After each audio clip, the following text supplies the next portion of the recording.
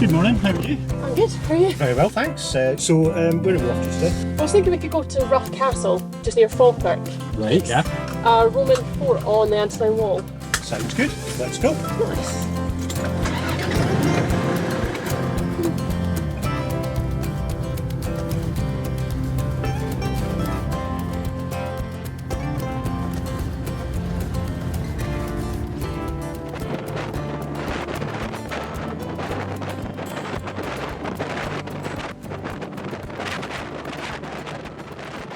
It is quite windy today, Katie. It's just a bit. I can't imagine what it must have been like for a young legionnaire coming here from the Amalfi Coast or somewhere in Italy, used to rather different weather conditions, being posted to Scotland in the winter.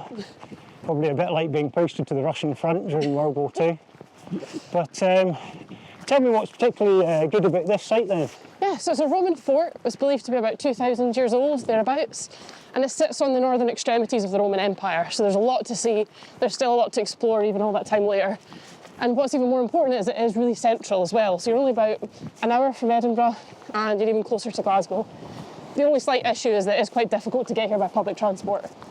Yeah, I mean, that's right. You kind of need a car to get here, but I suppose you could get the train to Camelon. Yep. And cycle from Camelon. It's about four miles, so yep. Not too far to cycle, but a bit of a hike on foot. Yeah.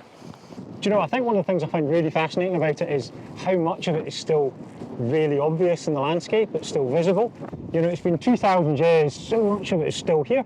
And actually today I'm slightly surprised it hasn't all just blown away in the wind. Yeah. And it's surprising how much of it still exists just beyond this site as well. I mean, there's throughout the course of the wall, you've got bathhouses, forts, and they're still standing in relatively good condition. So I was just having a wee look at the information board over there. Yep.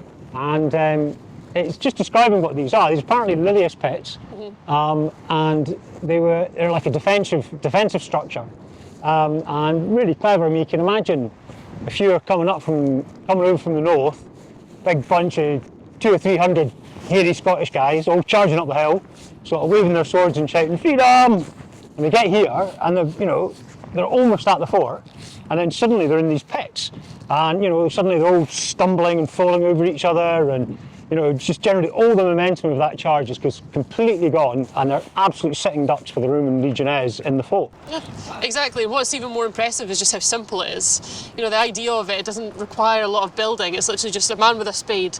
You dig these holes, you put stakes in the bottom, and it's the perfect trap. Yeah. It's a fantastic site here. There's loads of information boards, tons of really good information for people who are visiting. There's a lot of little signs everywhere saying, giving you the locations of places like the granary or the guardhouse or whatever. So yeah, I mean, it really is a great site. And even on a day like today, which is frankly pretty horrible, it's a beautiful place. It's a lovely place to be. It's very peaceful. You really are right in the middle of the countryside here. Even though it's so close to places like urban centres like Glasgow and Edinburgh and Stirling, Falkirk, relatively easy to get here. It's a fantastic site. Yeah, and on a nice day you can get incredible views. You can see over to the Opals and everything as well. And as you said, it's really peaceful, so it's perfect for bird watching and walking your dog. We've seen a few dog walkers out today, so yeah, even in a day like this, it's a great place to come and visit for sure. Brilliant. Right.